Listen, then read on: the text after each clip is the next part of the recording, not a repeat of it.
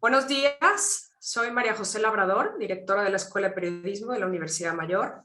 A nombre de la Escuela de Periodismo, de la Asociación Nacional de la Prensa y del Centro de Sociedad Tecnológica y Futuro Humano de la Facultad de Humanidades de la Universidad Mayor, les damos la más cordial bienvenida. Me es grato presentar en la apertura al doctor Ignacio Bell, doctor en comunicación por la Universidad de Navarra. El doctor Bell ha impartido docencia en la Universidad San Pablo CEU de España, en la Universidad Diego Portales de Chile, en la Universidad Piura, Perú y Panamericana de México. Es autor de un gran número de publicaciones relacionadas con el derecho a la información y la ética informativa. Gracias, Ignacio, por esta instancia de reflexión y diálogo. Adelante. Un año más, salvo el terrible 2020 con los efectos de la pandemia del COVID en pleno auge, el FIEDI acude a su cita anual para permitirnos en unas apasionantes horas el plantear, dialogar y proponer soluciones a un importante tema que la comunicación tiene planteado en estos momentos desde la perspectiva de la ética y del derecho a la información, que no olvidemos son las dos coordenadas en donde se mueve el interés docente del foro del cual formamos parte. Este año el tema escogido, que va a ser examinado desde distintas ópticas, todas ellas de sumo interés, es el de la inteligencia artificial, una de las cuestiones que en estos momentos más apasionan a los estudiosos de diversos campos, entre ellos la comunicación. Quisiera, de todas maneras, en primer lugar, y antes de realizar unas brevísimas consideraciones sobre el tema, el agradecer a todas las personas que han hecho posible, como presidente del FIEDI, que han hecho posible esta reunión, en parte presencial y en parte online. De manera especial, mi agradecimiento va dirigido a María José Labrador y por extensión a la Universidad Mayor, que ella representa, de tantos y buenos recuerdos para algunos de los que me escucháis. No quiero tampoco dejar de recordar con enorme cariño a Lucía Castellón, que dejó su impronta en esa universidad y que tanto nos ha ayudado siempre en las gestiones del FIEDI. Las dos personas citadas y otras que asisten a este congreso representan a un país con el cual el FIEDI ha tenido, y espero que siga teniendo, entrañables lazos de colaboración docente. Como siempre, el FIEDI procura elegir, a través de su comité ejecutivo y científico, temas que aborden cuestiones que están en la discusión viva, tanto en la sociedad como en la academia. El tema elegido este año, ecosistemas éticos de la inteligencia artificial, comunicación, convivencia y seguridad, es sin duda uno de ellos. Y la prueba está en su actualidad que tiene en el campo social y en la investigación. Creo que los docentes debemos de ser rigurosos con la realidad de los temas con los que nos enfrentamos. Digo esto porque en aras de ese rigor, al cual querría añadir mi decencia intelectual, tengo que afirmar que poco o nada puedo aportar en estas palabras iniciales al contenido del Congreso, porque es un tema para mí bastante desconocido, lo cual me va a hacer seguir con mayor atención, si cabe, tanto las ponencias que se van a desarrollar como los coloquios que las mismas propician. Para mí, y el contenido de mi último libro así lo demuestra, la ética tiene una gran importancia en el fundamento de toda la actividad que se relacione con la información, con la comunicación, en definitiva con las relaciones humanas.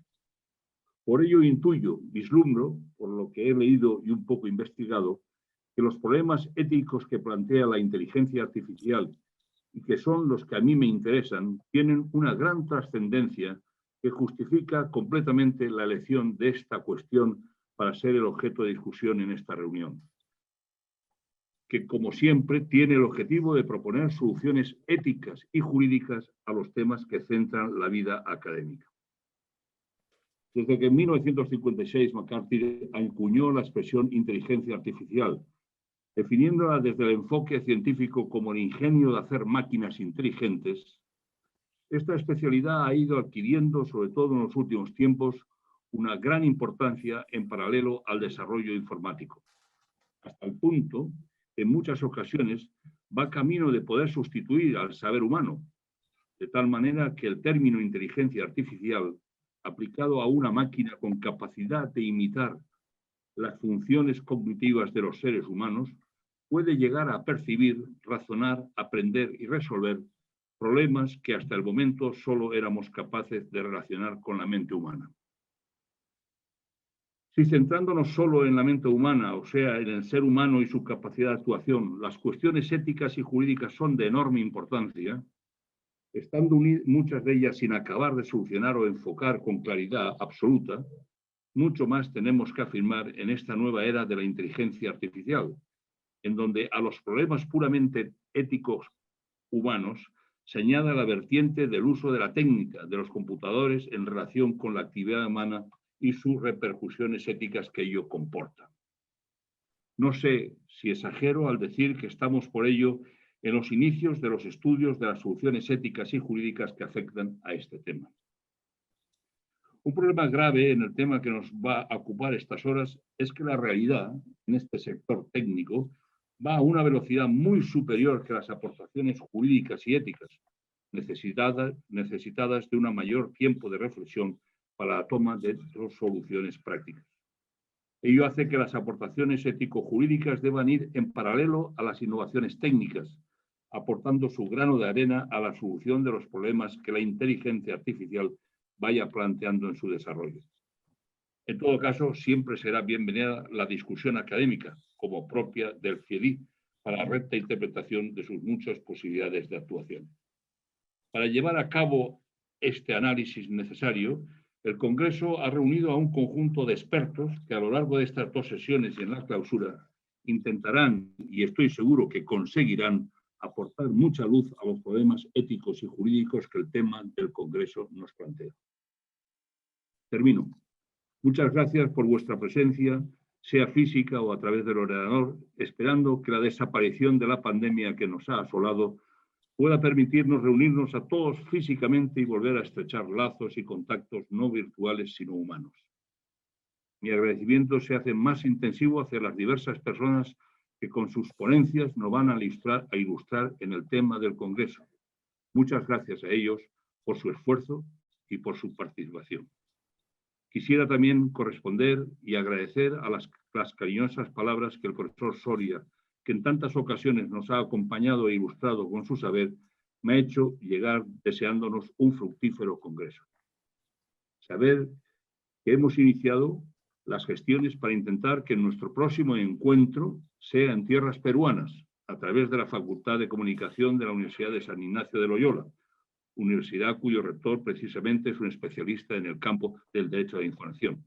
Esperamos que a través de él y del decano de la facultad, Rolando Rodríguez, pueda ser una gozosa realidad el vernos en el año 2022 en las queridas tierras peruanas. Muchas gracias y cuando queráis seguimos con el Congreso. Muchas gracias, Ignacio. Continuamos con las palabras de la decano de la Facultad de Humanidades, abogado Clara Charansky de la Universidad de Chile, magíster en Ciencias Penales y Criminología de la Universidad de Roma. Adelante, decano. Gracias, María José. Quisiera recuperar mi pantalla aquí, porque en honor al tiempo, discúlpenme, pesé mis palabras al gramo. Primero que nada, a todos, muy buenos días y especialmente muchas gracias, Ignacio, por tus inspiradoras palabras, porque has dado una mirada a realmente la amplitud del problema que tenemos o del asunto. Es un honor para nosotros, Facultad de Humanidades de la Universidad Mayor, sumarnos a ustedes, a universidades del más alto prestigio europeo y americanas, en un tema de gran interés para lo humano, la humanidad, profundizar la reflexión académica sobre la cuestión ética y jurídica implicada en la información social y acentúo información social que ha sobrepasado los medios tradicionales de manera notoria. Confluimos en este asunto con nuestra Asociación Nacional de la Prensa. Les deseamos, por cierto, una jornada provechosa en la orientación e inquietud sobre los problemas que tenemos en curso y que se nos acercan velozmente.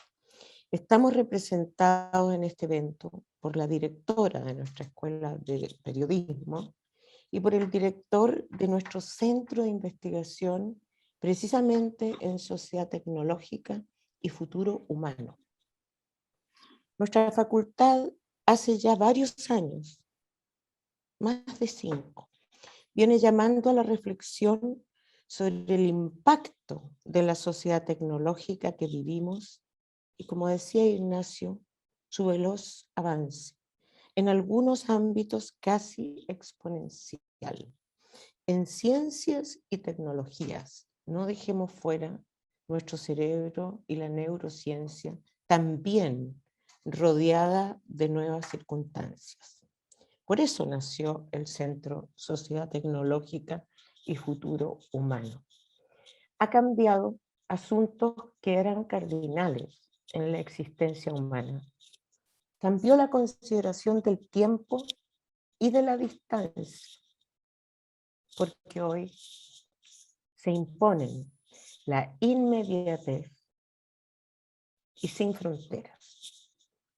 Asistimos a potentes cambios en nuestra privacidad. Y más profundamente, este es un tema que a nosotros nos convoca fuertemente. Asistimos a potentes cambios en nuestra libertad de autodeterminación, raíz de todas nuestras demás específicas libertades. No hay libertad de opinión si somos hostigados, intervenidos por la persuasión tecnológica. Disciplina científica, académica y docente en auge en notables universidades como Stanford. Persuasión tecnológica. ¿Quién podría creer que la acumulación de datos sobre nosotros, sobre lo que hacemos, lo que nos gusta, lo que nos disgusta, nuestros contactos, nuestros desplazamientos, nuestros horarios, nuestras confesiones? ¿Quién podría creer? No es material para perfilarnos como individuos destinatarios de alguna intención o política y llamarnos, inducirnos a acciones u omisiones. Manifestaciones masivas convocadas online demuestran la falta de distancia y de frontera.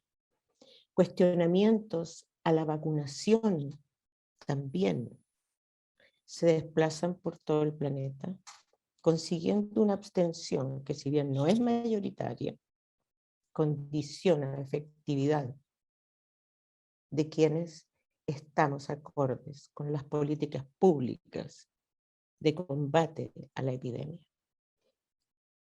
Es un campo, el de la información tecnológicamente disponible y científicamente utilizable, muy fértil para todo tipo de campañas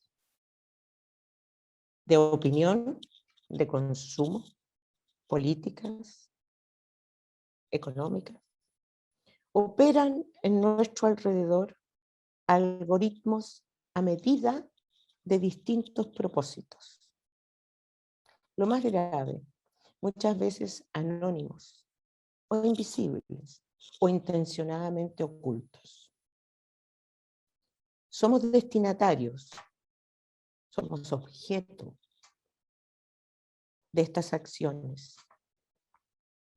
A eso sumamos las fuertes modificaciones que podemos observar en quienes, capturados por tal o cual red, se enclaustran en una burbuja de iguales, que repite a su alrededor todo aquello en que cree y lo reconfirma en sus creencias, endureciendo un grupo, el grupo de nosotros, los que tenemos la razón, versus los otros, que están equivocados o son malintencionados.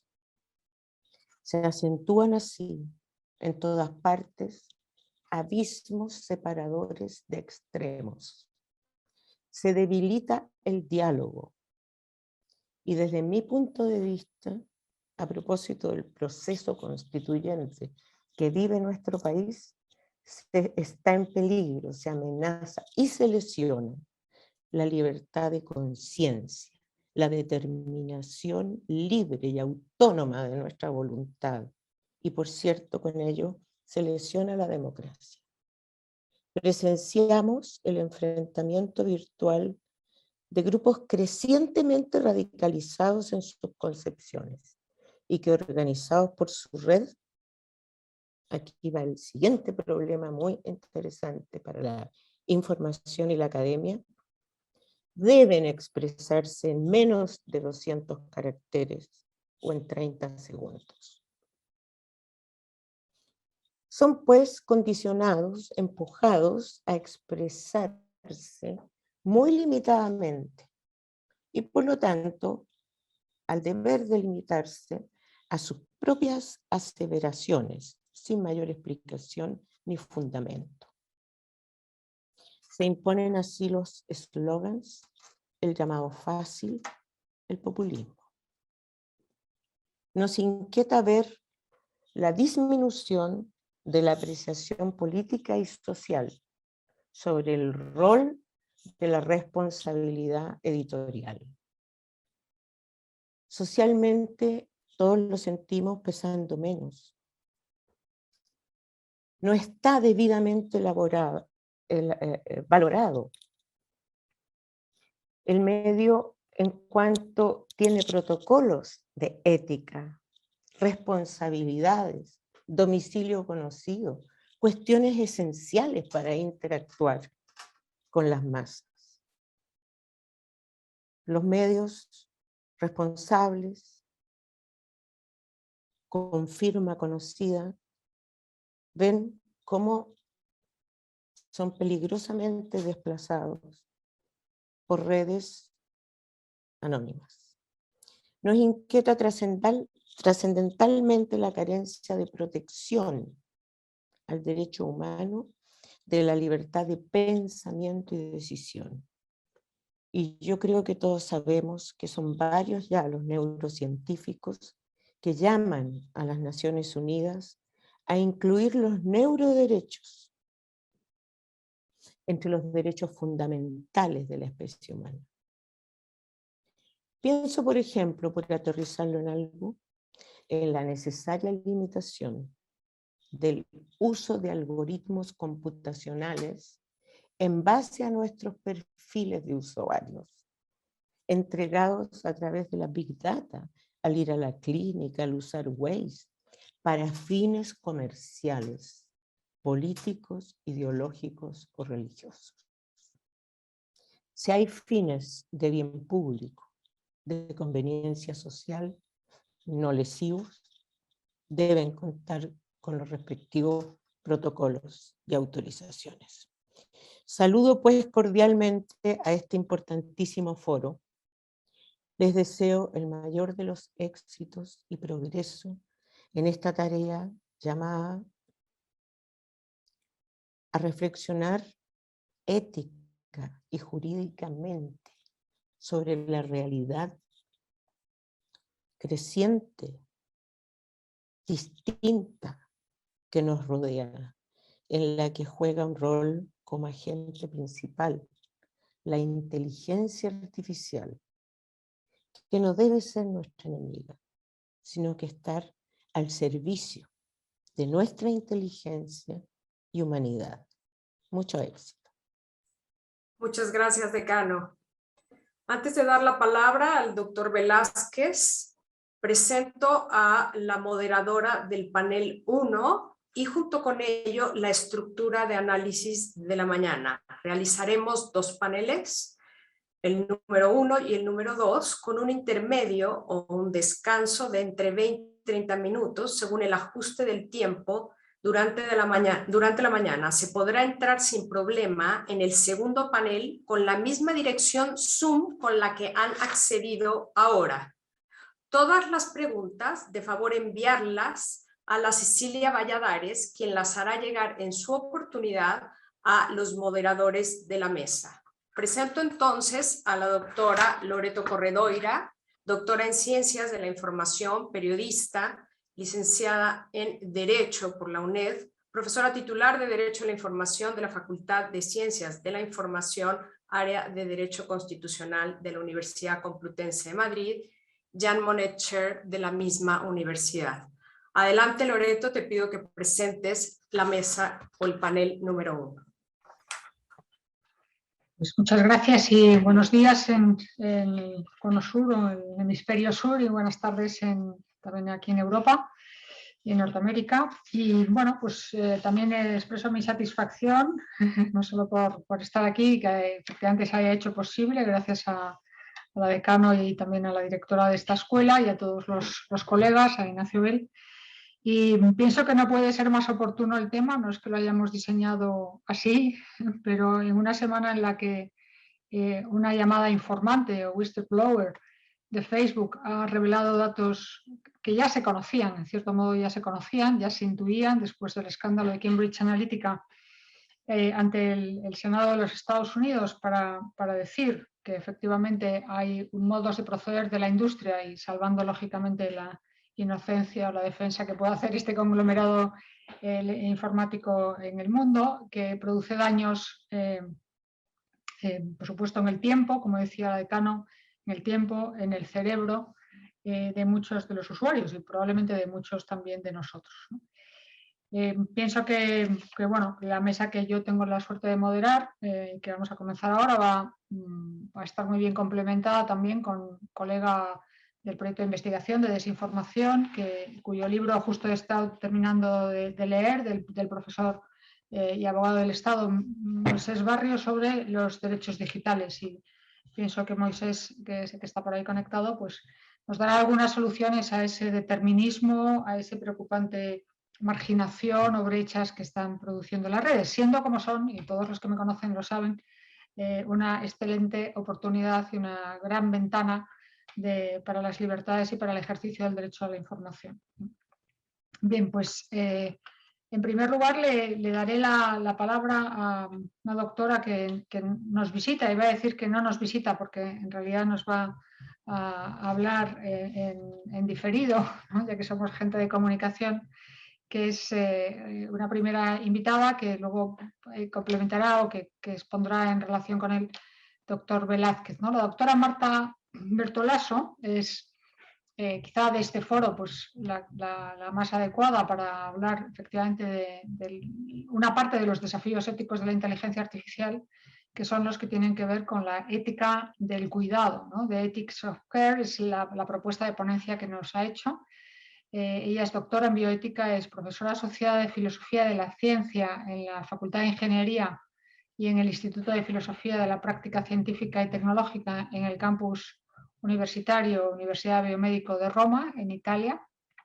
Y a continuación intervendrá el doctor Héctor Velázquez, a lo que también le agradezco su colaboración, director del Centro Sociedad Tecnológica y Futuro Humano de la facultad que nos acoge, de la Facultad de Humanidades de la Universidad Mayor, ¿no? Y finalmente intervendrá la doctora Estrella Gutiérrez, que es de mi casa, de la Universidad Complutense, ha vuelto a la Complutense después de haberse doctorado aquí, es profesora también en mi departamento y tiene muchos, dentro de lo joven que es, pues tiene muchas cuestiones que añadir, ¿no? Es premio Carlos Hernández Pecci a la mejor comunicación científica en el Congreso International Green Cities del año 2020 y, bueno, igual que Ignacio Bello que yo, trabajamos en el área del derecho de la información. Pues adelante, Marta, que nos facilitan el vídeo directamente desde la facultad. Muchas gracias, Loreto. Vamos a invertir el orden. Va a entrar primero el doctor Velázquez y después va a entrar la doctora Marta Bertolaso, que es un poco más extensa la videoconferencia y por lo tanto en materia de tiempos, si te parece, lo hacemos así. Héctor, adelante.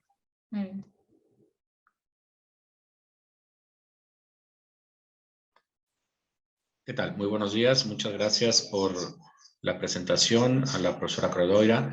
Gracias desde luego, por la oportunidad de participar en este Foro Internacional de Ética y Dirección, y Derecho de la Información este año, a la invitación que nos extendió al Centro Sociológico y Futuro Humano, a la doctora María José Labrador, gracias por las palabras e introducción de nuestra decano Charansky y a don Ignacio.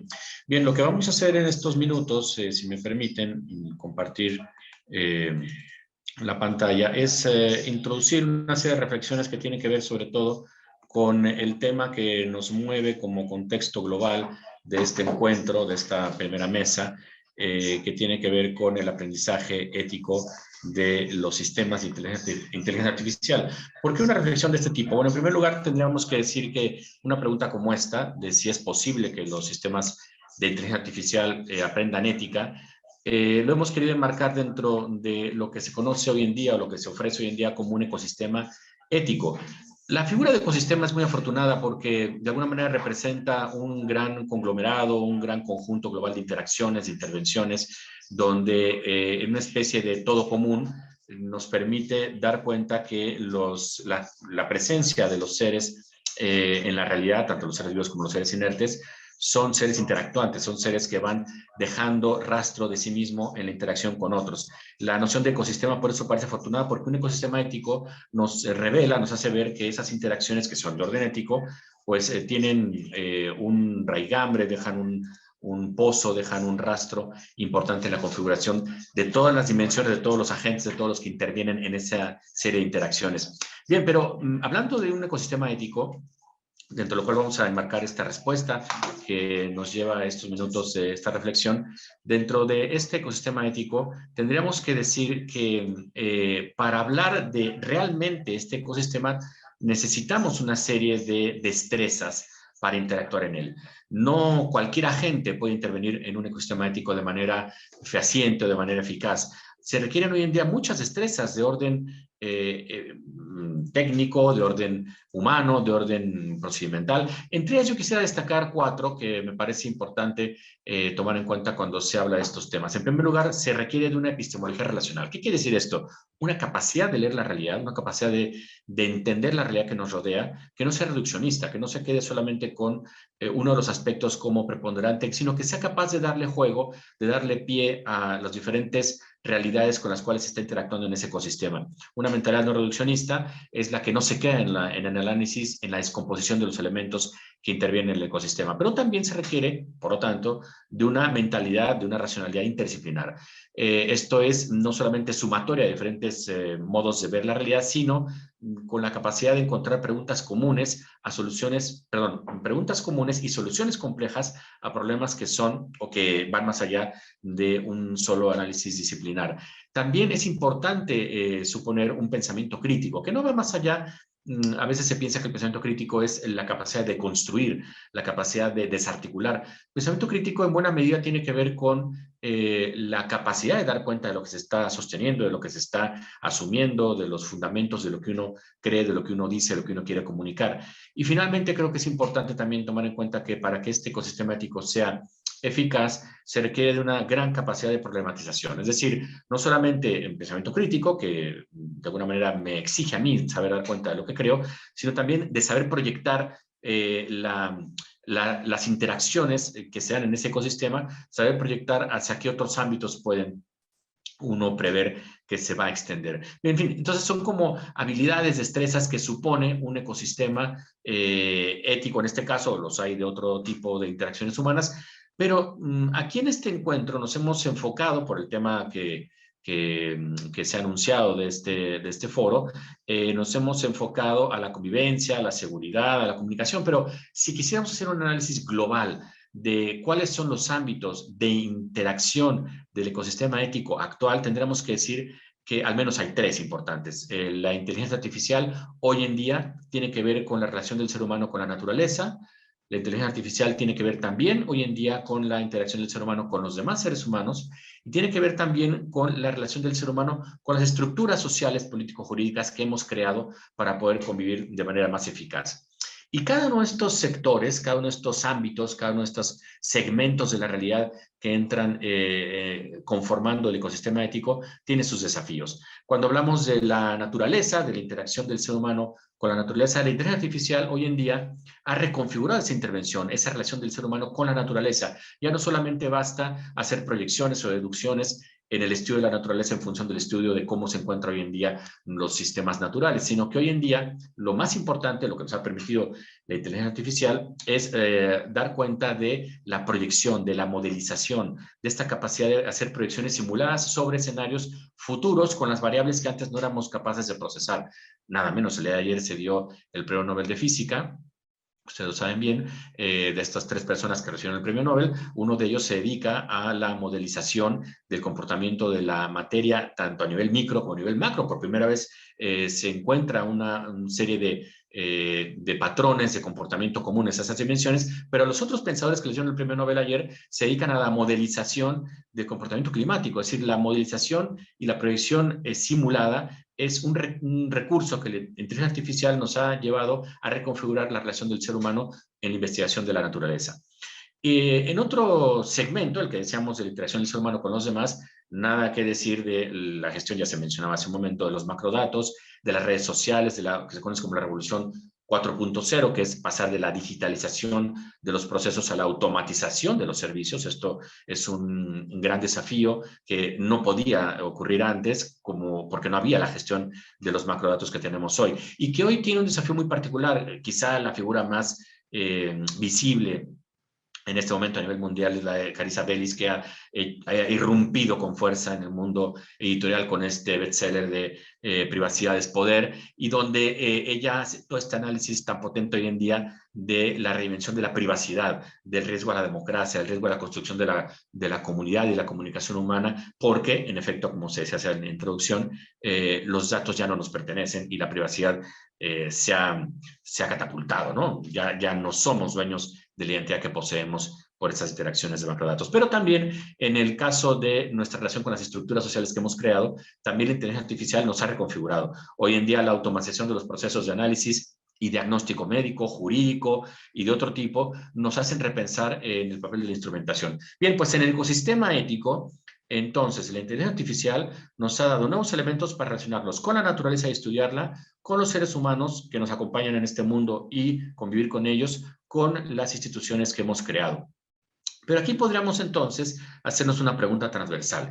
Si estamos hablando de que la inteligencia artificial ha atravesado todas estas dimensiones del ecosistema ético, tenemos que preguntarnos si es que la ética trata de las acciones que queremos conservar, de aquellas que queremos mantener en la convivencia humana y cuáles queremos desechar, cuáles queremos ya desestimar. Bueno, es pertinente preguntarnos de una manera transversal si es que los sistemas éticos, o más bien si es que los sistemas de inteligencia artificial son garantía de comportamiento ético, o cómo lograr eso, cómo lograr que aprendan ética para que podamos confiar que su intervención en estas grandes dimensiones del ecosistema ético sea una intervención eficaz y que no avasalle la presencia del ser humano. Pero para responder esta pregunta, muchos pensadores se han ocupado de ella. Voy a seguir algunas ideas que ha desarrollado el profesor Gonzalo Génova, de la Universidad Carlos III de Madrid, que hace unos años ganó el prestigioso premio Razón Abierta, precisamente por una propuesta acerca de problematizar si es que los sistemas de inteligencia artificial pueden aprender o no ética. Él nos ha escrito un capítulo en una serie de volúmenes que hemos publicado, que estamos publicando en el Centro Social Tecnológico del Futuro Humano, precisamente sobre este tema, y voy a tomar algunas de las ideas que él plantea, porque para él, y creo que tiene sentido esto que él dice, responder a la pregunta de si los sistemas de inteligencia artificial pueden o no aprender ética tiene que ver desde luego con qué entendemos por inteligencia y qué entendemos por conducta y por lo tanto qué entendemos por ética. Por inteligencia, normalmente una herencia cartesiana, cuando se trata de esos temas de inteligencia artificial, se suele referir a la inteligencia humana y por tanto a la capacidad de réplica que hace la inteligencia artificial como un modo de procesar información, pero sobre todo de resolver problemas. Si la mente humana es un vehículo de resolver problemas, es una capacidad para resolver problemas, para plantearlos y resolverlos a partir de la información que recibe y que gestiona, entonces tenemos que suponer entonces que la conducta que se desprendería de ahí sería una conducta programable, una conducta que haría, en cierto sentido, una ética programable. Tenemos ejemplos de esto, lo que proponía Isaac Asimov en su famosa novela Yo Robot, de estos principios éticos del comportamiento de los robots, es un ejemplo de ética programable, es cómo lograr que la conducta de un robot sea compatible con la presencia de un ser humano, que el robot no haga daño al ser humano, que el robot obedezca las órdenes del ser humano siempre y cuando no entre en conflicto con la primera regla, y que el robot pueda proteger su existencia como robot siempre y cuando no entre eso en conflicto con obedecer a un ser humano y protegerlo. Pero esta estructura de una ética programable, que es una manera de entender la ética siempre y cuando la inteligencia se entiende solo como resolución de problemas, bueno, pues tiene serios desafíos, ¿no? Porque para que esto sea eficaz, necesitamos poder prever consecuencias en el tiempo. Las consecuencias no solamente son inmediatas, también son más allá de la instancia inmediata de nuestra acción, y también necesitamos saber distinguir, garantizar que hay una distinción en este tipo de ética programable entre seres humanos y no. Imagínense, para poder seguir este primer principio de las reglas de Asimov, pues el robot tiene que saber, o el sistema inteligente tiene que saber distinguir entre un ser humano y uno que no es un ser humano. Esto ya desde el test de Turing ha sido puesto en evidencia lo complicado que es. Hoy en día, como ustedes saben, los despachos informativos son generados por una máquina inteligente, y es muy difícil saber si estoy yo leyendo algo que redactó un ser humano o que redactó una máquina. Entonces, en ese sentido, esto no es fácil de garantizar, la distinción entre ser humano y no humano. Y también cómo valorar las consecuencias, porque no solamente son obtener consecuencias, sino valorar cuáles son buenas y cuáles son malas, es otro desafío importante. Esta ética programable da pie a la suposición de que la inteligencia artificial podría ser sujeta también de una especie de aprendizaje automático de esa misma ética.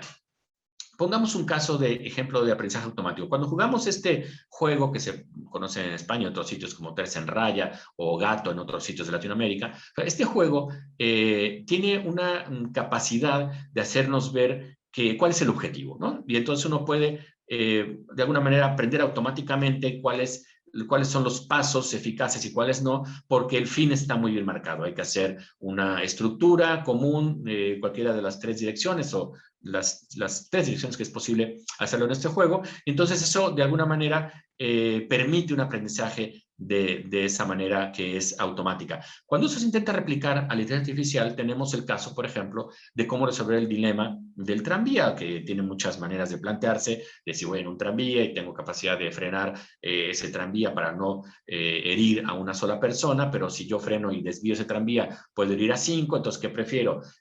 Matar a una persona que es un menor de edad y salvar a los 5 que están ya adultos mayores, o desviar el tranvía hacia los adultos mayores y entonces salvar al de menor de edad. De esto hay miles de variaciones, pero en inteligencia artificial esto se ha planteado sobre todo para cargar con instrucciones a los sistemas de conducción autónoma como son los coches Tesla.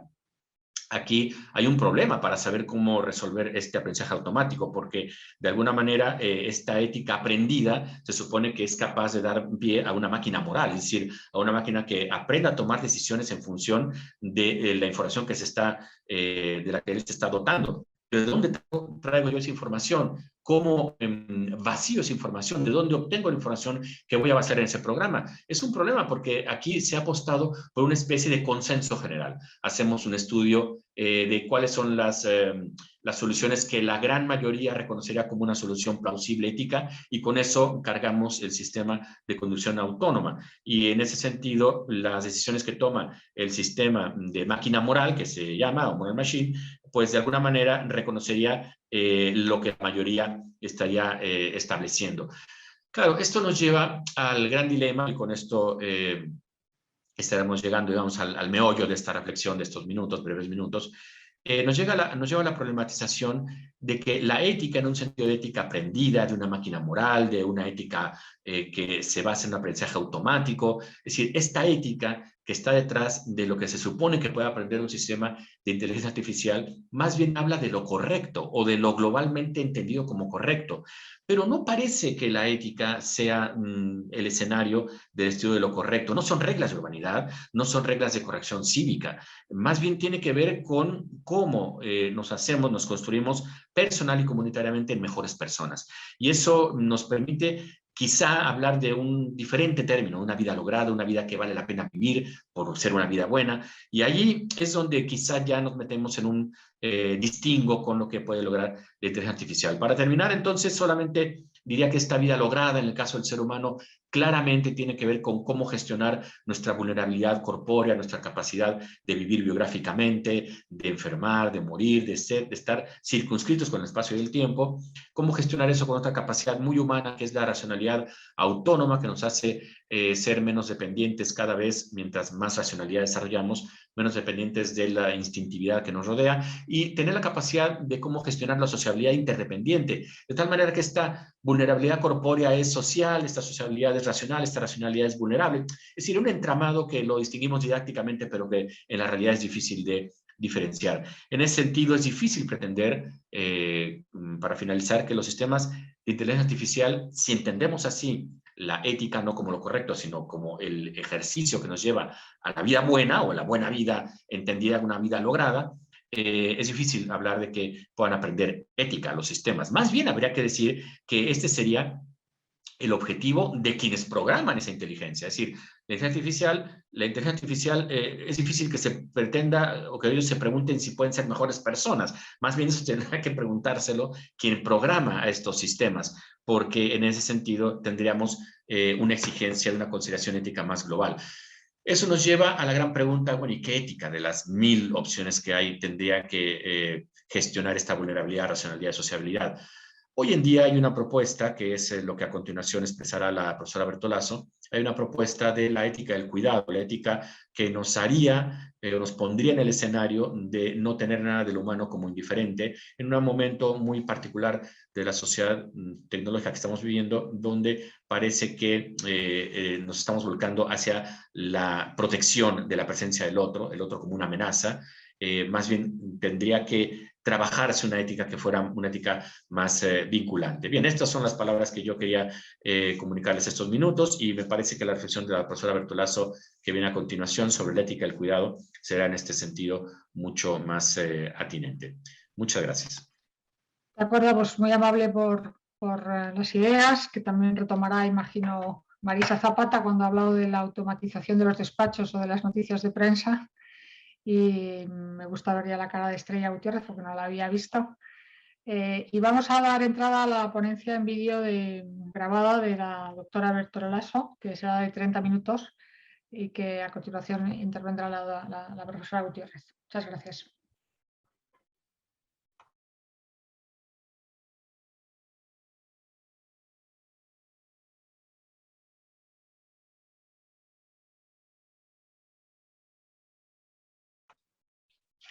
Aprovecho el silencio para pedirle a, no sé si a la doctora Labrador o alguien de Jessica, alguien de la facultad, que nos pongan en el chat para que todo el mundo lo tenga con facilidad, el email de Cecilia, por si hubiera preguntas.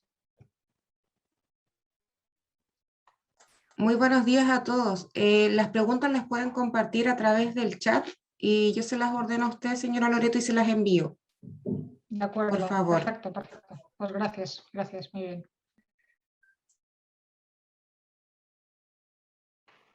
Quiero agradecer de manera especial el Foro Internacional de Ética y Derecho a la Información, que ha organizado ese congreso, y en particular el profesor Héctor Velázquez, con el que hemos trabajado mucho tiempo y seguimos en contacto y trabajando juntos sobre temas que son relevantes también para la presentación de hoy.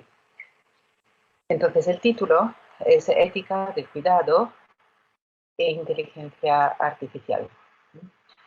Lo que vamos a decir hoy creo que se apoya de manera fundamental en el hecho que el ser humano es un ser técnico. Su vida se puede cumplir, no se puede cumplir sin lo técnico. Necesitamos la técnica para comer, para comunicarnos, para aprender. Incluso nuestro cuerpo ha ido evolucionando con nuestras técnicas. La estructura de nuestro aparato masticatorio, por ejemplo, está correlacionada con nuestro dominio del fuego y con nuestras capacidades para la fabricación y el uso de herramientas líticas. Un rechazo de lo técnico sería, por lo tanto, un rechazo de lo humano.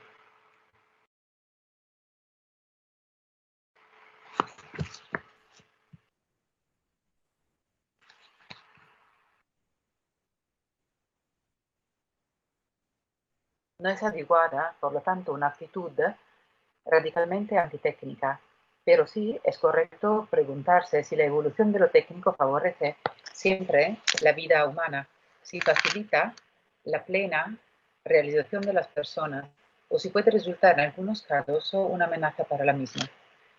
Hoy, en concreto, nos vamos a preguntar sobre cuál es la característica, en inglés sería la feature, right?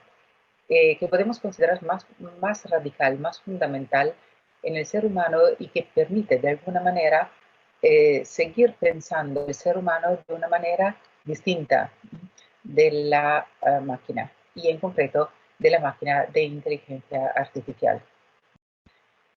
Para plantearnos esta cuestión, es bueno observar cómo se ha ido, por lo tanto, desarrollando lo técnico a partir de una primera modalidad que está constituida por las técnicas tradicionales a lo largo de la historia humana.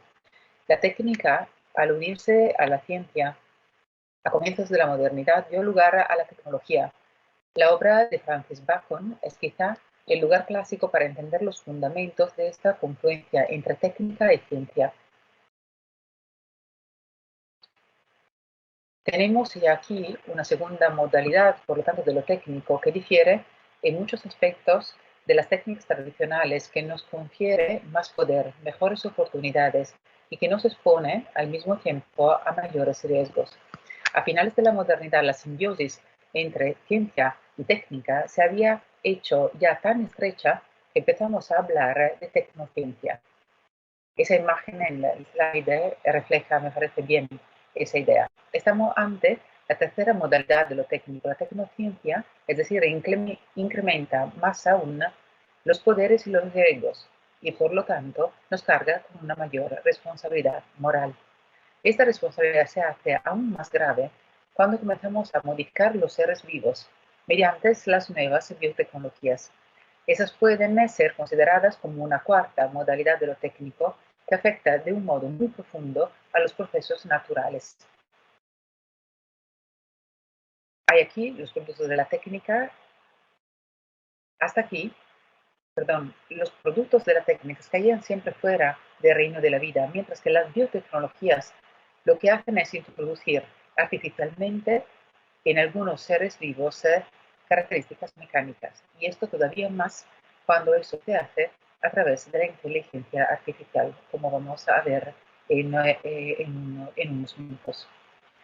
Y crece aún más nuestra responsabilidad cuando el ser vivo que intentamos modificar técnicamente es precisamente el ser humano, es decir, el propio sujeto moral, el propio responsable de la acción tecnológica. Hablamos ahora de antropotecnías, es decir, de una quinta y más radical modalidad de lo técnico. Una bomba atómica es algo espectacular, ruidoso, devastador.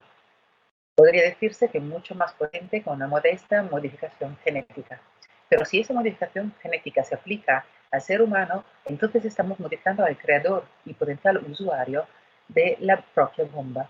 Dicho de otro modo, las antropotecnias contemporáneas multiplican por un factor hasta ahora desconocido las oportunidades, pero también los riesgos y las responsabilidades derivadas por las distintas modalidades de lo técnico.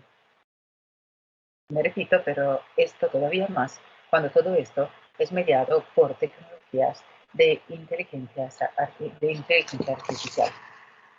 Eso es tan así que podemos organizar nuestra presentación en 13 macro temas. Entrar un poco más en el detalle de las implicaciones del utilizo de las tecnologías de inteligencia artificial a las bioantropotécnicas y después entrar en el tema de las infoantropotécnicas, que se propone de modificar, complementar, imitar o incluso sustituir al ser humano mediante las infotecnologías. bioantropotecnias y infoantropotecnias, ambos proyectos pueden afectar, y de hecho ya afectan, a los seres vivos, a los seres humanos. Sin embargo, las cuestiones filosóficas más profundas y urgentes surgen cuando es el humano lo que está en el foco, no solo de quien de alguna manera organiza esas técnicas, sino también de quien viene de alguna manera es modificado por las mismas. Es, por lo tanto, legítimo preguntarnos sobre los retos que esa implementación de tecnología implican y llevan consigo. Como por lo que me dijo el profesor Velázquez, la mayoría quizá de los participantes en esta conferencia son personas profesionales de formación también de comunicación. Creo que ayuda a compartir una cuestión que puede ser semántica, pero que a mi manera de ver refleja de una manera muy interesante una manera, ¿no? de evolución del lenguaje que lleva consigo un cambio de percepción valorial. Me estoy refiriendo a esa transición en las palabras que nos permite entrar en la primera sección de la presentación. Hace un siglo, hace 2 siglos, cuando hablábamos de tecnología, se hablaba, como acabo de decir, del estudio de la tecnología, de las posibilidades para el hombre de realizar cosas en el mundo para facilitar su trabajo. Sin embargo, hace unas décadas, y en concreto, por lo menos en el mundo occidental, después de las guerras mundiales en Europa, el concepto de tecnología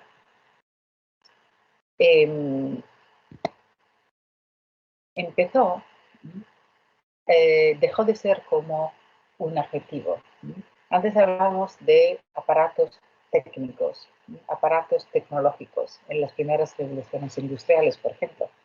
Ahora hablamos de tecnología como un objeto. La tecnología es algo que puedo construir, es algo que puedo vender, es algo que puedo intercambiar. Y todavía más eso se nota, ese shift, ¿no? ese movimiento, se nota cuando, como este chico en el 1983 dijo de sí mismo, yo soy tecnología.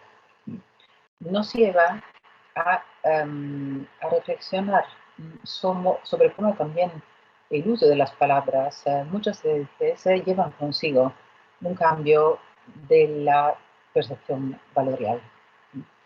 Eso es lo que pasa bien en las bioantropotecnias cuando las aplicamos al genoma, por ejemplo, al genoma humano.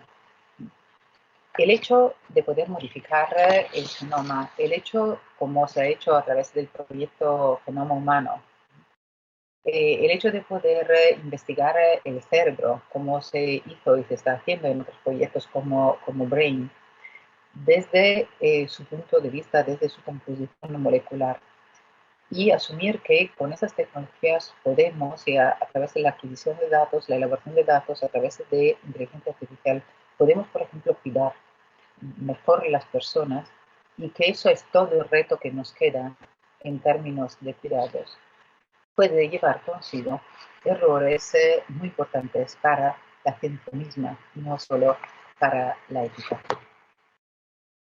Dos de las razones que quiero compartir con ustedes, que no son las únicas claramente, pero que nos ayudan para abrirnos a la argumento final sobre la ética del cuidado.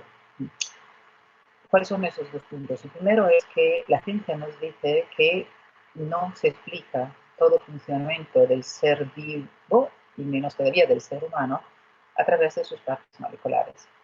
Distinto es explicarlo en términos de partes moleculares, pero no explicarlo todo con la biología molecular, por ejemplo. Y menos todavía con técnicas de inteligencia artificial que articuladas con técnicas de genética nos permiten, como pasó en ese caso, ¿no?, que a lo mejor muchos de ustedes ya conocen, ¿no?, la posibilidad de evitar el fenómeno de los niños a nivel todavía embrional. Sin embargo,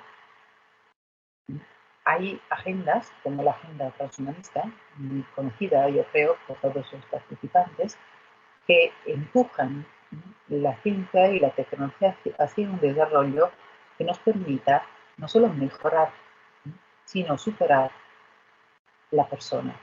Es decir, de alguna manera añadir valor, dejando de lado, superando, de alguna manera perdiendo o con el riesgo de perder el sujeto que nos garantiza ese mismo valor. Lo que estoy diciendo es que una agenda que apunte a la superación de lo humano sin profundizar el humano mismo no puede que llevar consigo por lo menos confusión y muchas veces error. El otro problema, y sobre ese punto volveré en un segundo, pero el otro problema es claramente que en la medida que nosotros pensamos al ser humano dualista, como esas agendas nos hacen incluir una manera como, por un lado, solo biológica, es decir, el cuerpo, y por el otro lado, como si la mente humana, el ánimo humano, el alma humana fuera un software, que son las 5 antropotecnias que vamos a ver mejor en unos minutos. Lo que me parece interesante compartir ya a este nivel de la presentación es que ese panorama de evolución del healthcare nos puede y nos tiene que llevar a reflexionar sobre la necesidad de no perder en ningún momento de ese proceso, de ese recorrido, el referimiento axiológico, normativo, valorial en el ser humano mismo.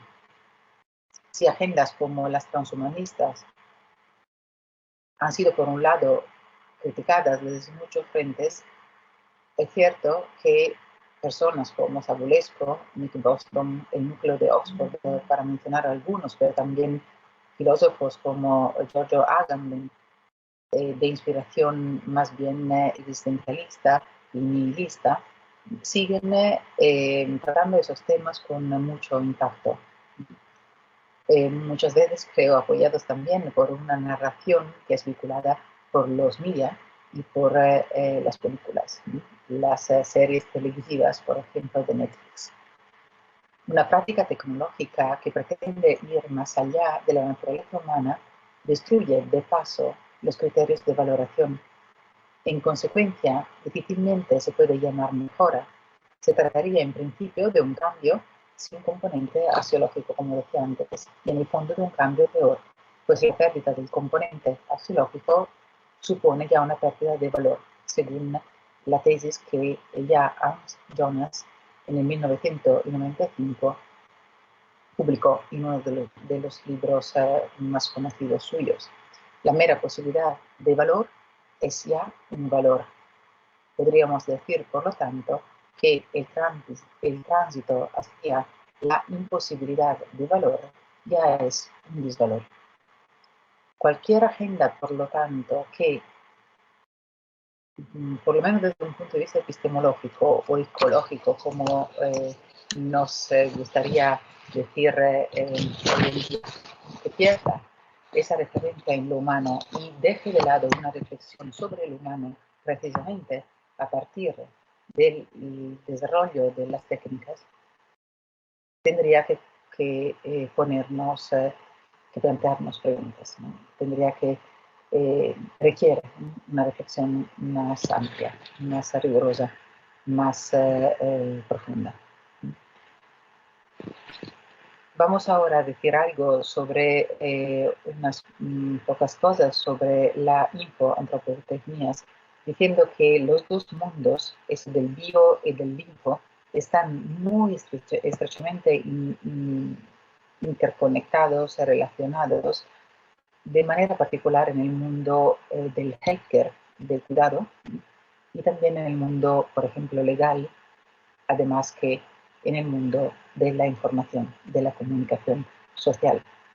Los ejemplos son muchos, vamos solo a considerar unos cuantos, intentando articular ahora el argumento hacia la parte 2 y 3 de nuestra presentación de hoy.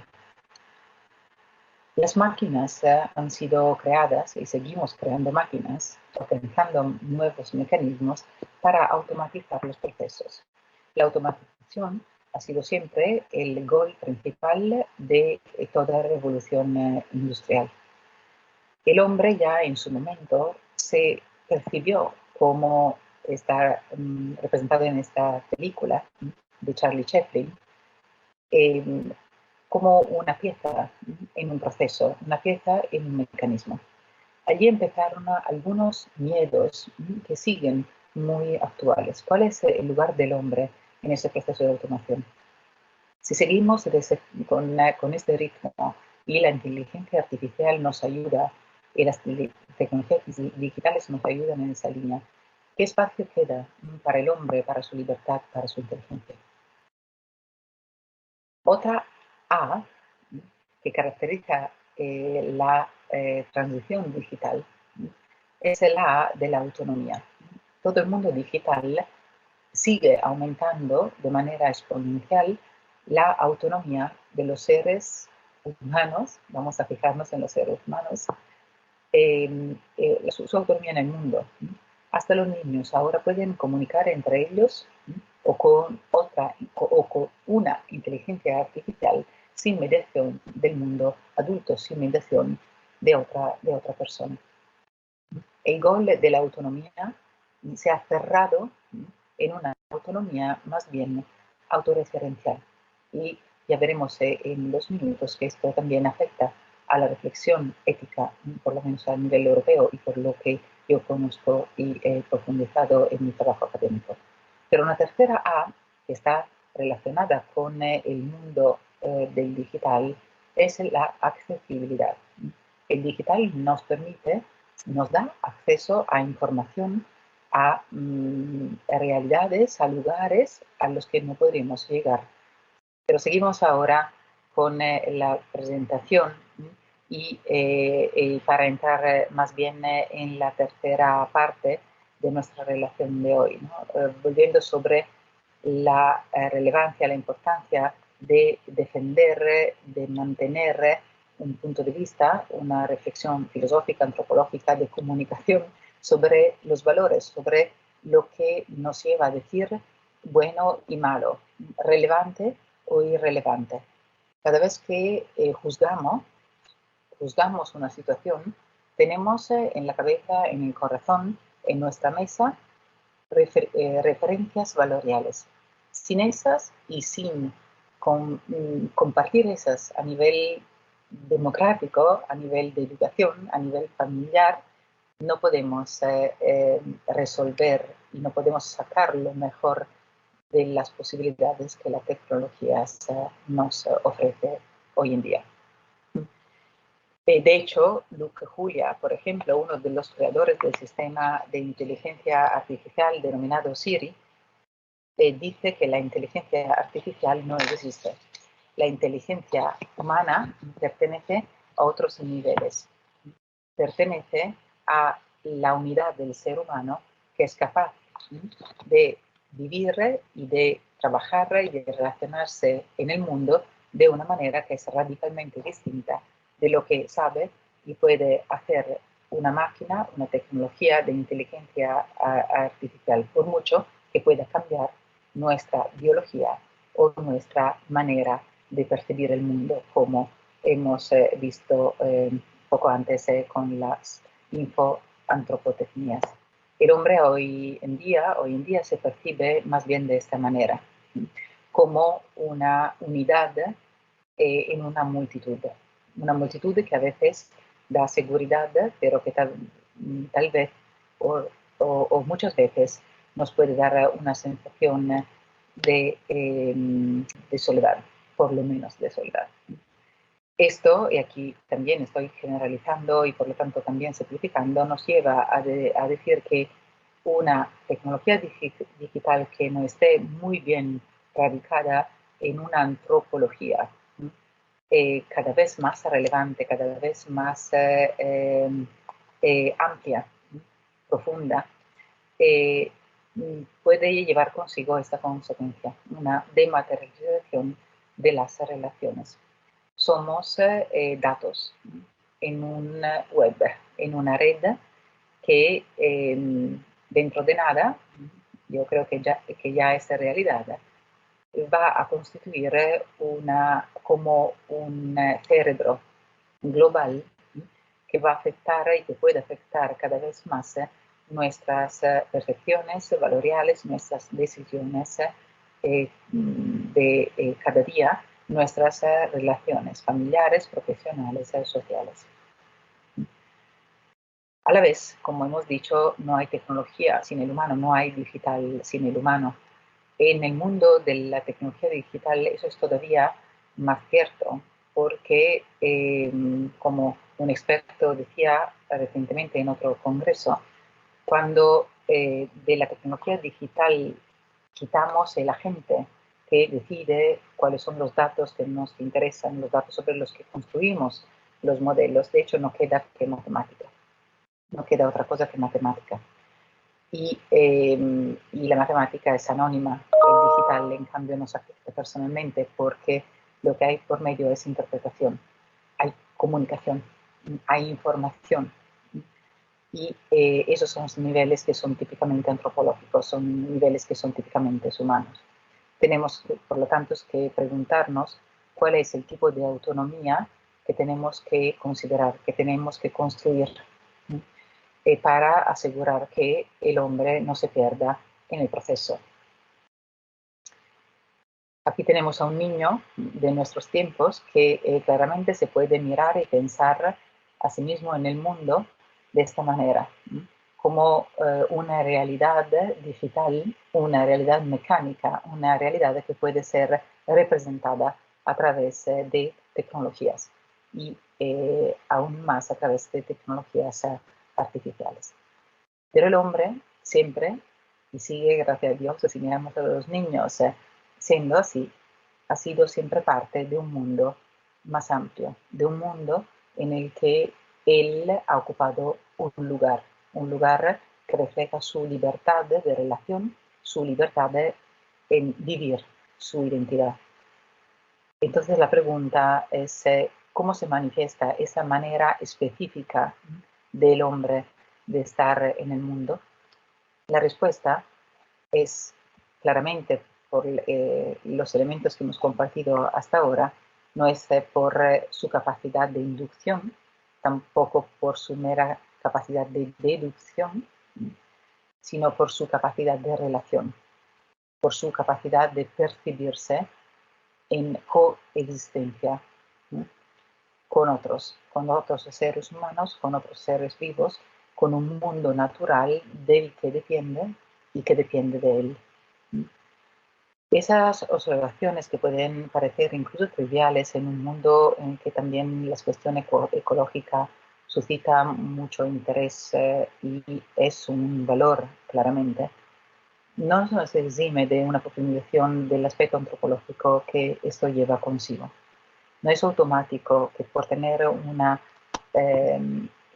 inquietud ecológica sabemos vivir de manera ecológica en el mundo actual. Lo que hace falta es volver a repensar la noción de límite. La noción de límite en nuestra vulnerabilidad, la noción de límite en nuestra necesidad de los otros. la noción de límite en nuestra capacidad de construir límites que son identidad. Y eso se puede decir a todo nivel. Vamos a pensar, por ejemplo, la capacidad del hombre que siempre tuvo de construir casas. Y entiendo el concepto de home en inglés, no de house. También los animales, de alguna manera, construyen sus houses, sus casas. Pero el home, el hogar, es algo que pertenece al hombre y que muchas veces no necesita incluso ser mediado por una materialidad específica. Se puede percibir, se puede vivir, se puede construir a través de miradas, a través de gestos, a través de tradiciones. Es cultura, en primer lugar. Esta capacidad de ponernos límites, de vivir nuestros límites, Pavel Florensky hablaría, ¿no?, de barreras que nos ponen en contacto. Es un concepto que me parece muy eficaz y que me gusta porque me parece que nos ayuda a entrar un poco más también en la dinámica específica de esa ética del cuidado que pertenece al ser humano y solo a él.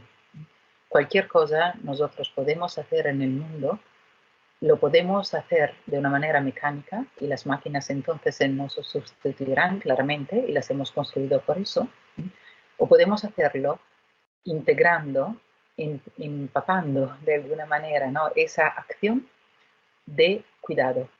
Hablar, por lo tanto, de ecosistemas de cuidado no es simplemente una manera eficaz para intentar poner todos los valores que circulan en ese momento juntos, sino que es una agenda antropológica, en mi manera de ver las cosas.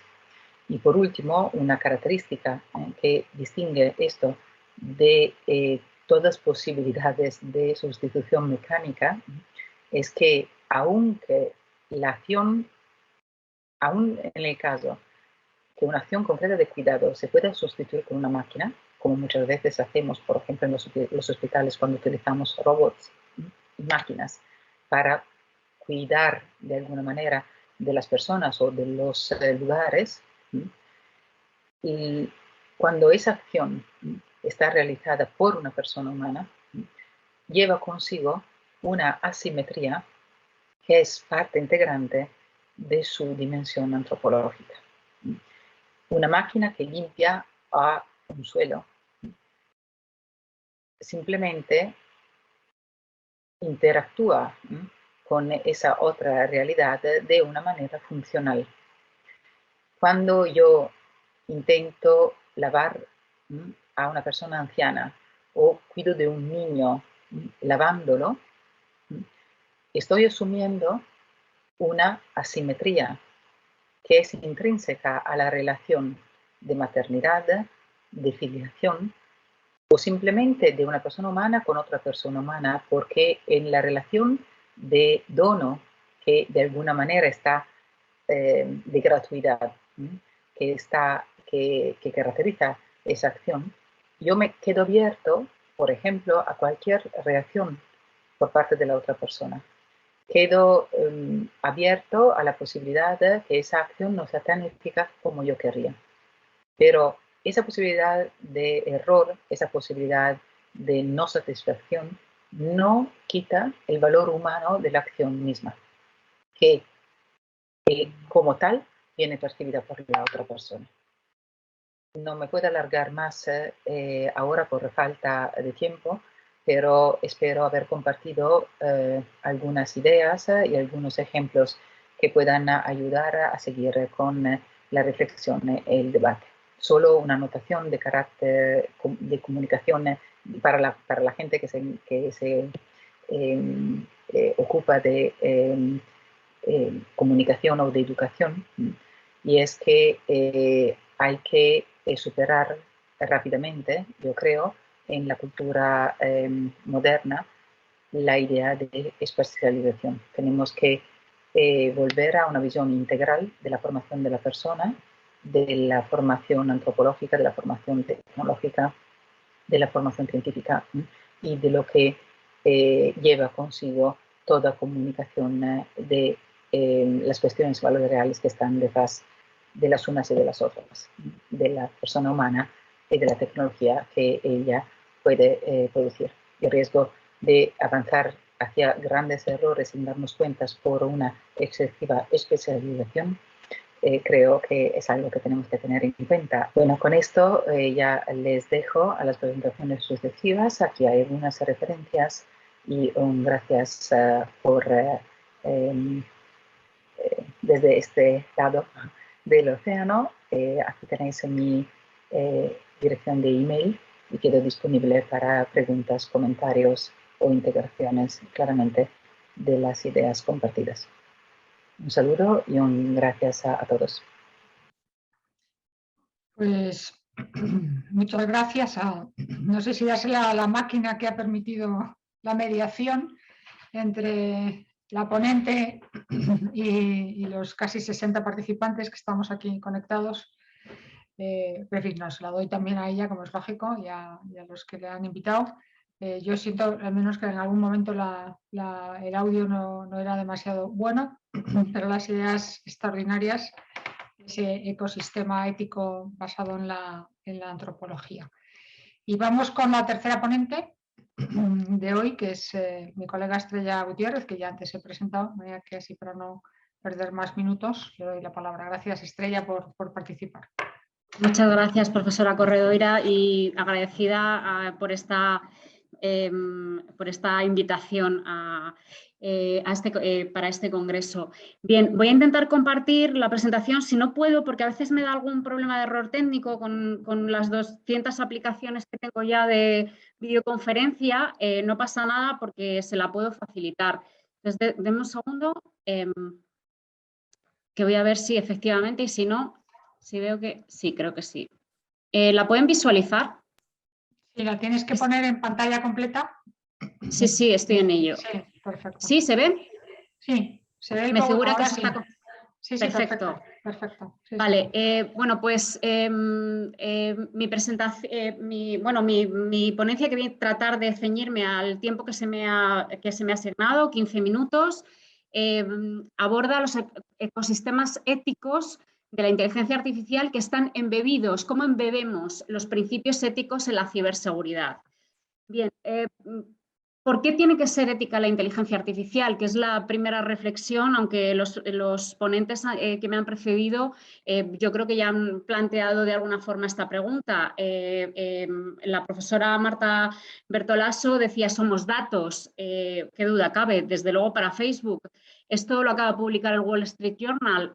Facebook sabe que Instagram y todas sus redes sociales es tóxica para las adolescentes.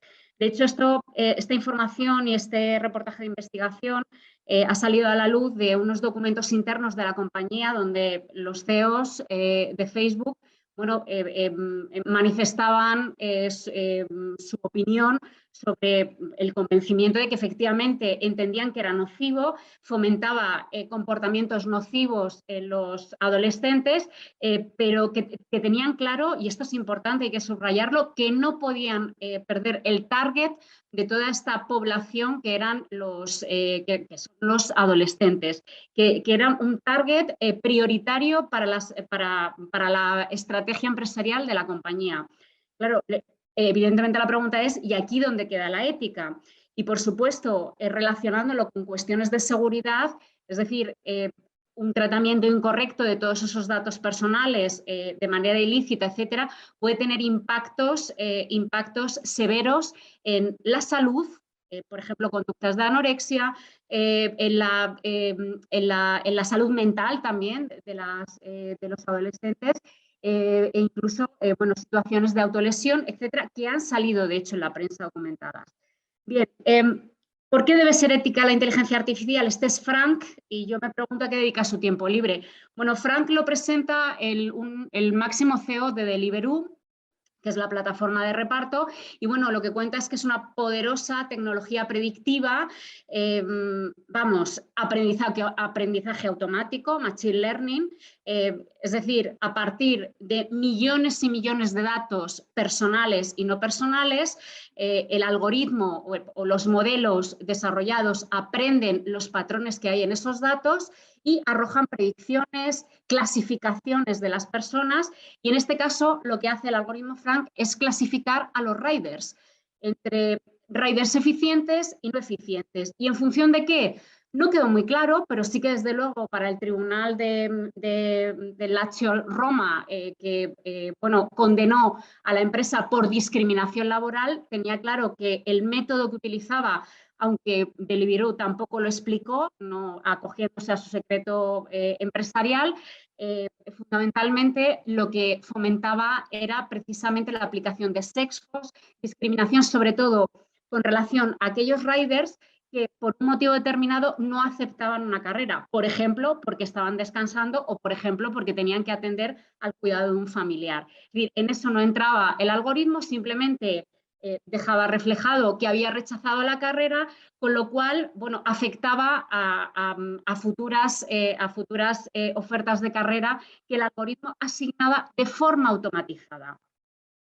Bien, por supuesto, la explicación que da de Deliveroo de la utilización de Frank es mejorar la experiencia del usuario, que es una frase que ya conocemos de todas las políticas de privacidad.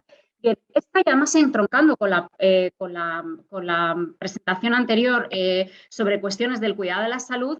Bueno, esta aplicación Streams la desarrolla el Royal Free NHS Foundation, es decir, es un trust en el Reino Unido que agrupa a los principales hospitales públicos del Reino Unido. Bien, pues, ¿qué es lo que hace este trust? Firmar un acuerdo con DeepMind, la compañía de inteligencia artificial de Google, bueno, pues para dar acceso a la historia parcial de 1,6 millones de pacientes que había atendido todos los hospitales pertenecientes al Trust y desarrollar una aplicación móvil, fundamentalmente para, bueno, pues para detectar, diagnosticar y predecir la lesión renal aguda. El propósito en término legal y en término ético evidentemente es bueno, pero aquí empezaron a aparecer una serie de fallos, de failures en el sistema que llevan a la actuación de la Autoridad de Protección de Datos del Reino Unido. Y entre otras conclusiones a las que llega es que las medidas de seguridad determinadas o identificadas en el contrato de encargo de tratamiento entre el responsable, que es el NH Foundation Trust, es decir, el que decide, el que tiene esos datos, el que decide qué categoría de datos tiene, el que decide qué medios hay que aplicar para tratar esos datos, y el encargado de tratamiento, que es Google DeepMind, que es el que va a realizar, el que va a utilizar todos estos millones de datos aplicando inteligencia artificial para desarrollar la aplicación. En principio, bueno, pues fundamentalmente las medidas de seguridad y los controles de seguridad no estaban claramente determinados, entre otras conclusiones, es decir, la solución y el acuerdo entre las dos, entre el Trust y DeepMind, desde luego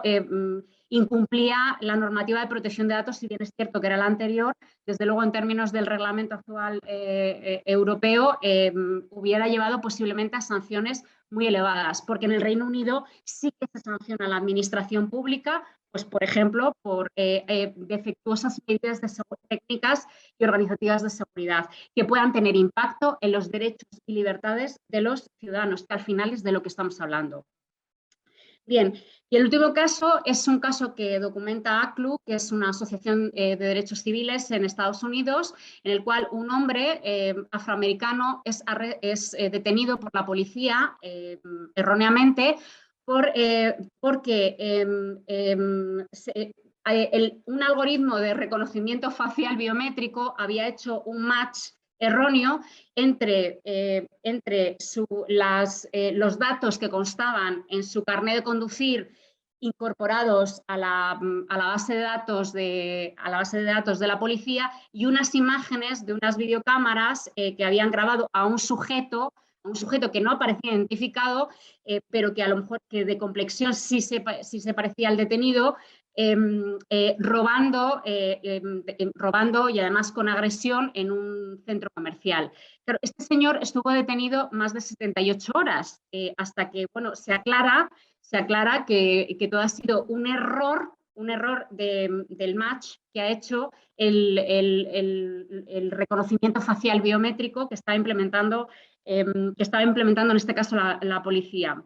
Bien, tengo que decir además que hubo una solicitud de acceso previa, es decir, en el ejercicio de la Freedom Information Act, la Ley de Libertad de Información de allí de Estados Unidos, en la que se pedía precisamente, esta asociación pedía que se le facilitara todos los contratos, el contrato entre la policía y el adjudicatario del contrato para desarrollar esta tecnología.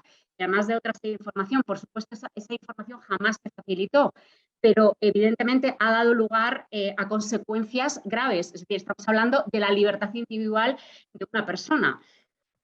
Bien, cuando hablamos de una inteligencia artificial fiable, la Comisión Europea, a través de su grupo de expertos en inteligencia artificial, elaboró un documento en el que establece que esta inteligencia artificial tiene que tener 3 componentes importantes.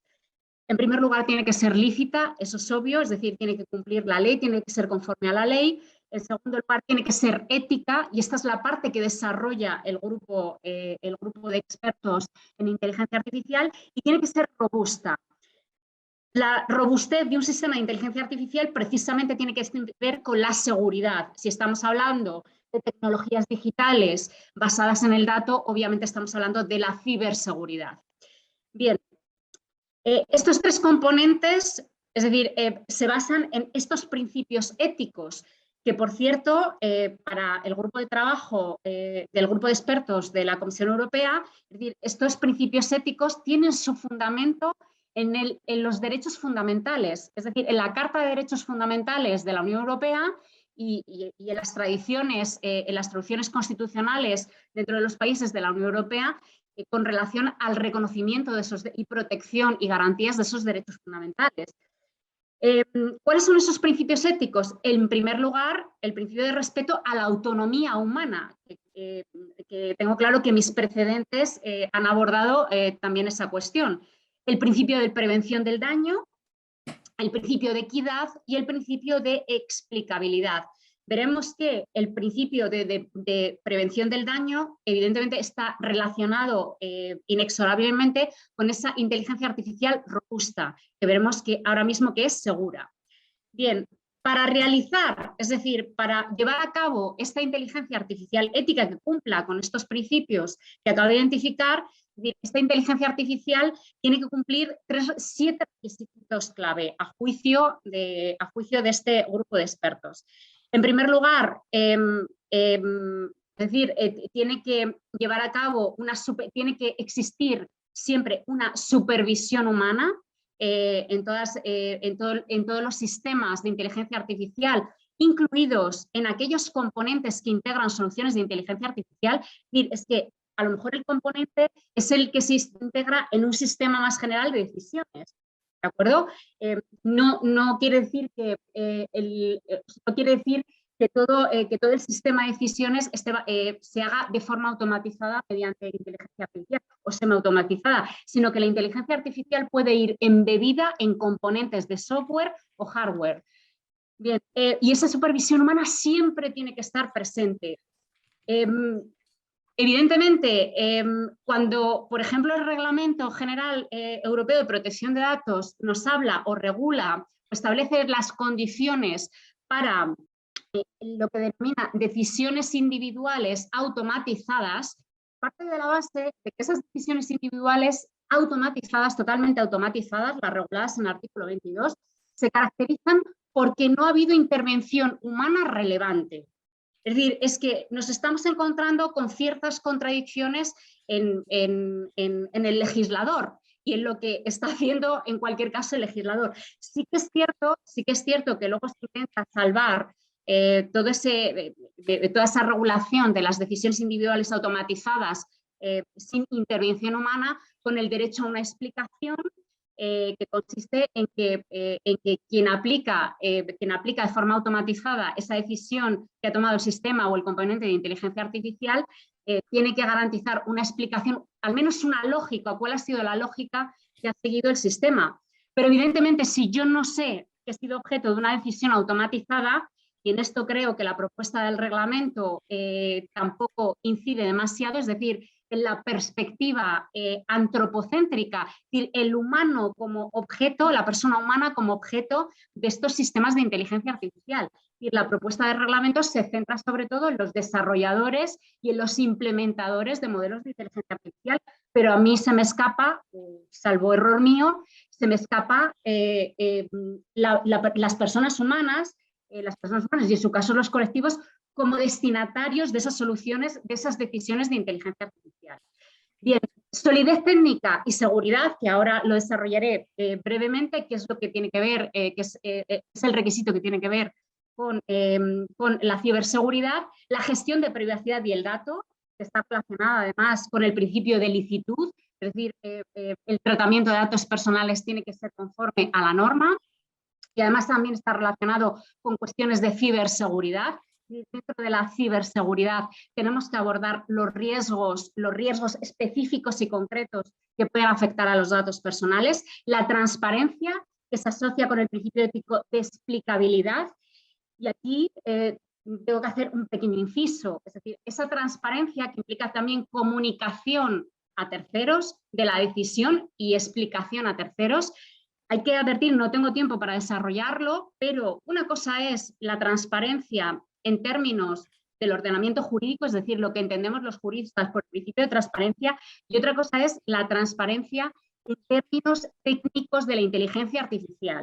Es decir, el término de transparencia en el ámbito de la inteligencia artificial tiene que ver con modelos de inteligencia artificial transparentes, es decir, que garantizan la explicabilidad de las decisiones versus modelos de black box, es decir, de caja negra, que no garantizan la explicabilidad de las decisiones, es decir, se caracterizan por su alto rendimiento y precisión, pero por una gran dificultad para el ser humano de explicar por qué se ha llegado a esa conclusión. Otro de los requerimientos es diversidad, no discriminación, que tiene que ver con el principio de equidad, bienestar social y ambiental y rendición de cuentas, la famosa accountability. Y aquí, por ejemplo, se incluyen cuestiones de auditoría, cuestiones de regulación del derecho que tienen las personas, los afectados, a reclamar daños frente a sistemas de inteligencia artificial, pero sencillamente por el tema que me ha tocado voy a decir 3 notas sobre la solidez técnica y la seguridad. Bien, ¿en qué consiste la solidez técnica, la seguridad y la robustez de un sistema de inteligencia artificial? Que es lo que nos lleva al ámbito de seguridad. Bien, en primer lugar, el sistema de inteligencia artificial o el componente está expuesto a vulnerabilidades. Esas vulnerabilidades se pueden materializar en amenazas para el sistema. Si esas amenazas se concretan, evidentemente pueden producirse daños, no solamente materiales, por ejemplo, pérdidas económicas, sino también daños físicos para las personas y, por supuesto, para sus derechos y libertades, por ejemplo, una detención arbitraria por un error en el algoritmo. Bien, evidentemente, esta ciberseguridad tiene que ser abordada desde el punto de vista de la evaluación de riesgos de la seguridad. Desde el punto de vista de protección de datos, esto ya es una cuestión, es decir, que está muy implementada, pero, por ejemplo, si tienen ocasión y en materia de ciberseguridad, ENISA, es decir, la Agencia Europea de Ciberseguridad, ha desarrollado una guía técnica interesantísima sobre el análisis de cada uno de los elementos de un sistema de inteligencia artificial, es decir, de los activos, de los assets que tendríamos que analizar, datos, modelos algorítmicos, procesos de gobernanza dentro de la propia organización, resultados del modelo, inferencias derivadas del modelo, componentes involucrados de hardware y software, etcétera. Es decir, muy interesante, y va identificando cada una de las vulnerabilidades. Amenazas. ¿Qué tipo de amenazas nos podemos encontrar relacionadas con la ciberseguridad? y que, por supuesto, pueden quebrar la aplicación de estos principios éticos. Por ejemplo, accesos no autorizados y manipulación por terceros con fines maliciosos de los datos de entrenamiento de un modelo de inteligencia artificial, de manera que las inferencias que haga, las clasificaciones, las predicciones que haga el modelo puedan resultar erróneas y causar daños. Por ejemplo, ataques adversarios con machine learning, es decir, utilizar la propia inteligencia artificial o un modelo de inteligencia artificial para atacar otro sistema de inteligencia artificial, dando lugar a inferencias erróneas.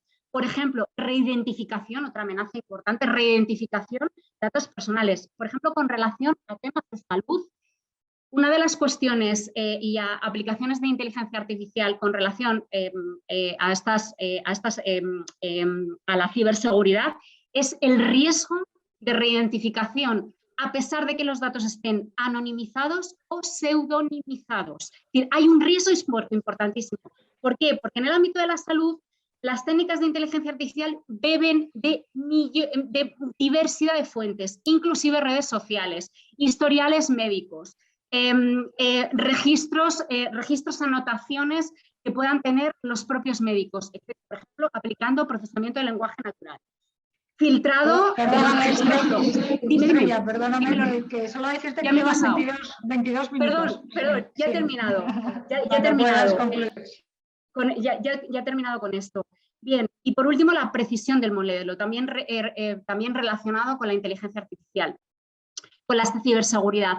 La precisión es importante porque si el sistema de inteligencia artificial no incluye errores, embebe errores o los ajustes del modelo no han sido correctos, puede tener consecuencias.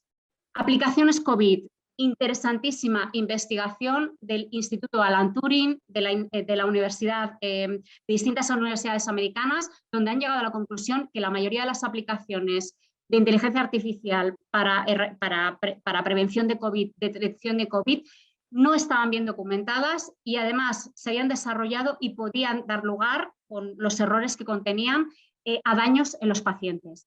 Muchas gracias y perdón por haberme extendido y no haber cumplido con todo el tiempo, Loreto, disculpa. Sí, es que al final son muchos conceptos y es complicado. Es que sabes mucho, entonces es difícil. No son mucho. Gracias. Bueno, muchas gracias porque lo has hecho además muy apasionadamente, cosa que se agradece. Entonces tenemos aquí unas cuantas preguntas que pueden seguir llegando, pero voy a intentar unir dos. Una que se dirige a Héctor. Las dos primeras a Héctor Velázquez. Entiendo que las preguntas han de ir a Héctor o a Estrella, porque la tercera ponente no está conectada, ¿no? Entonces, una es cuáles son, para Héctor, ¿quién define lo éticamente debido? Preguntan de quién depende el marco axiológico o si basta la mera mayoría como criterio dirimente, ¿no? Que también se conecta con otra pregunta relacionada con esto, que es con la fundamentación de los principios éticos. A ver si lo encuentro, ¿no? Sí, si puede comentar cuáles considera usted que son los aportes o programas concretos para que la inteligencia artificial aprenda ética, ¿no? Que luego, si quieres, también puedes contestar también tú, Estrella, si quieres, ¿no? Adelante. Sí, gracias. Brevemente, vamos a ver, precisamente parte de la intervención era un poco poner en la mesa que cuando se habla de inteligencia artificial referido a la ética, el enfoque más bien se dirige hacia lo correcto o incorrecto según un cierto contexto de fijación valórica, ¿no? Y esa fijación valórica puede ser según el consenso. Cuando es según el consenso, ahí, como bien decía Estrella, muchos de los retos son garantizar la ausencia de sesgos, porque cuando se levanta un consenso global para hacer una solución ética más o menos generalizada, pues el universo de aquel que es encuestado para crear esa respuesta generalizada también genera un sesgo. Si uno le pregunta, en el caso de los autos Tesla, cómo suelen responder al dilema del tranvía o al dilema de a quién salvar si es que el auto tiene que decidir proteger al conductor o más bien al habitante que viene dentro de él, ¿cómo respondería una persona que maneja en el Cairo o que maneja en Roma o que maneja en Nueva York? Pues obviamente las diferentes respuestas irán arrojando diferentes contextos. Una de las propuestas cuando estaba haciendo esta implementación en Tesla era hacer la carga de programas según las regiones. Imaginen ustedes lo que es esto, ¿no?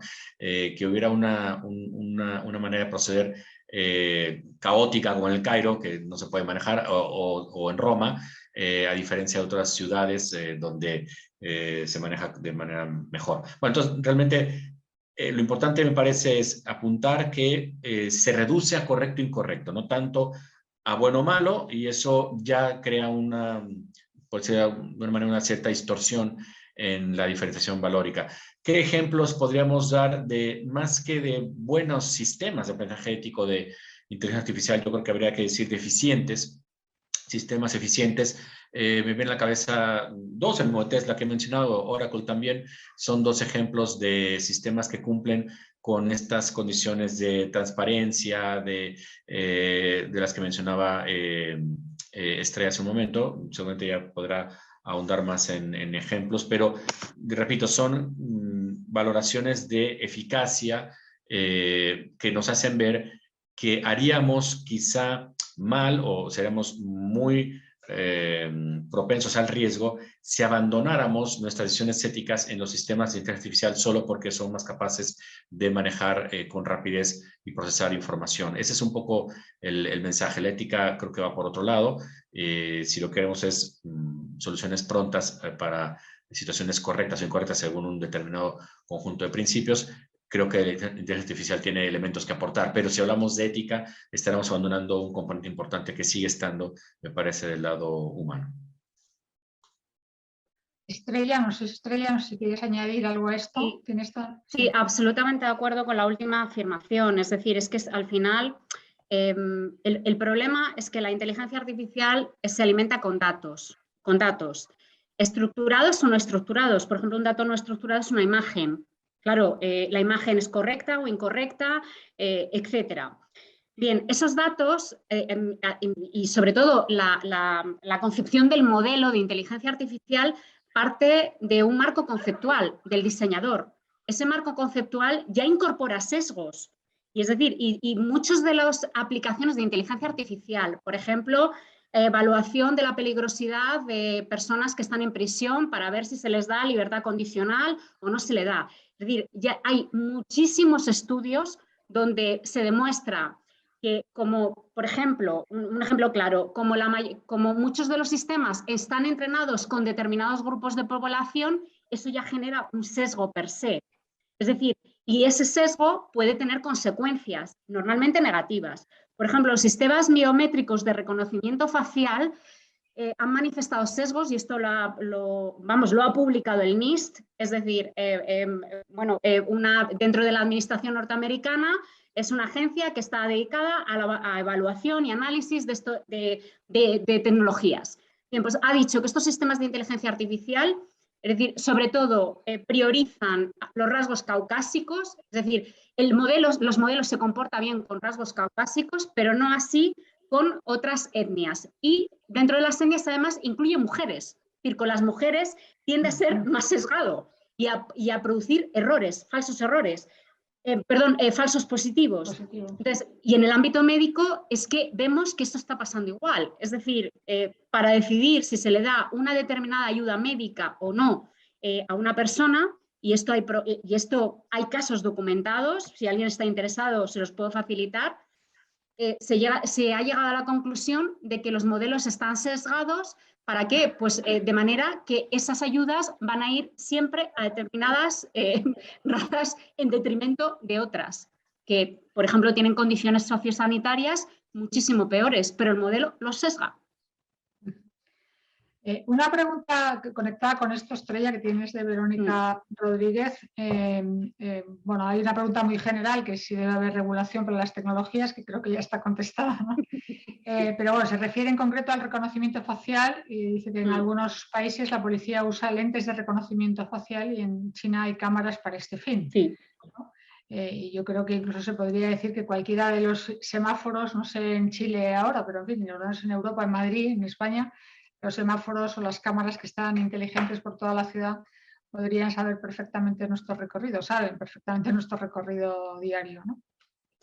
Sí, bueno, de hecho, aquí en España aquí en España se licitó un contrato, vamos, yo es que he visto los pliegos en concreto IFEMA, que es un consorcio donde interviene la administración.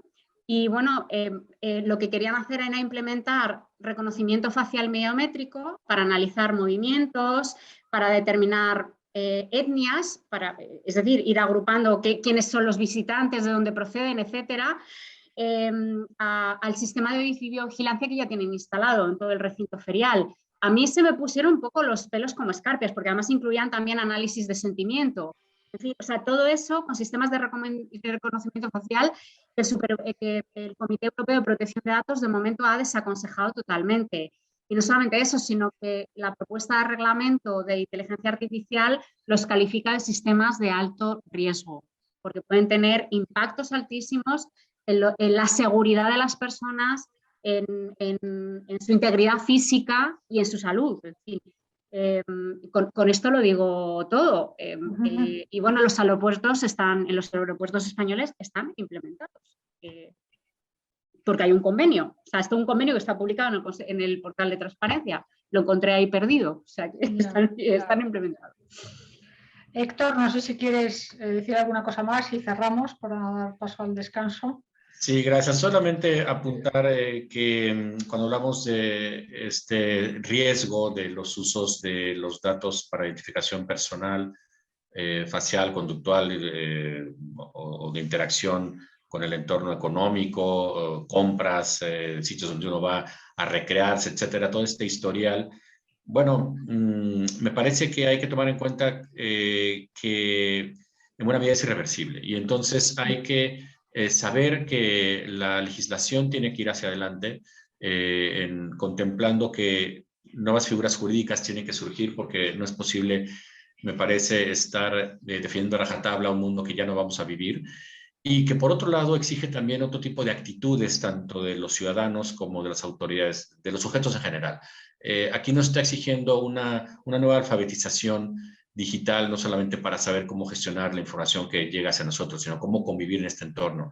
Una nueva capacidad, unas nuevas, si se me permite el término, hasta virtudes sociales, humanas, personales, porque esto es irreversible y hay que aprender que el mundo que teníamos no podemos defenderlo ya porque estamos construyendo uno muy diferente donde la identidad tiene que repensarse y donde también los entornos tienen que reconfigurarse y hay que reflexionar exactamente qué de lo humano queremos seguir rescatando y qué podemos ceder, porque al final, en buena medida, también somos información, pero sabemos que no solo somos eso, mientras que los sistemas expertos solo son información, no tienen conciencia. Hay que usar esa ventaja y repensar nuestra sociedad. Será, me parece, el mensaje final para mí.